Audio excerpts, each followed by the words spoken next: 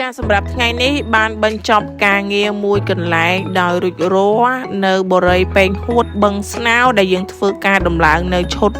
ទូចង្ក្រានបាយចាពីរកែងនេះមានកម្ពស់80ហើយនឹងសរុបពីរកែងហ្នឹងគឺ4ម៉ែត្រកន្លះហើយនឹងជម្រៅវា60ចាសម្រាប់ទូចង្ក្រានបាយនេះដែលយើងធ្វើអំពីញោមសុតចាពណ៌អសចាលក្ខណៈស្អាតហើយមានថ្នាក់មានទ្វារចាសម្រាប់ឲ្យយើងដាក់ចានឆ្នាំងគឺងាយស្រួលមែនតែនចាដូចខ្ញុំបានធ្វើវីដេអូមុនហ្នឹងគឺចាទូចង្ក្រានបាយនេះ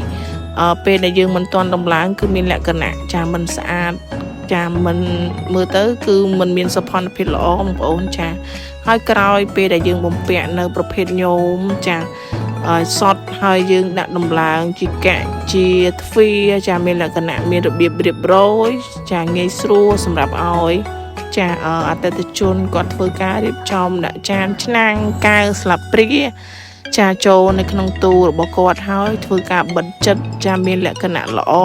មិនឲ្យមានកដលកលាតឬក៏សត្វល្អិតតូចធំចូលបានទេចាសម្រាប់ទូនេះគឺមានលក្ខណៈរឹងមាំធន់ចាប្រើបានរាប់ឆ្នាំសម្រាប់អមពូមីងដែលមានតម្រូវការចង់កំងឬដំឡើងជាប្រភេទឈុតទូចង្ក្រានបាយដូចនេះចាអាចតាក់ទងមកខាងសិប្បកម្មរស្មីមេតាកាត់កញ្ចក់យើងខ្ញុំបានចាធានាដំឡើងដោយទំនុកចិត្តនិងគុណភាពជូនអមពូមីងចាអរគុណគោរពលា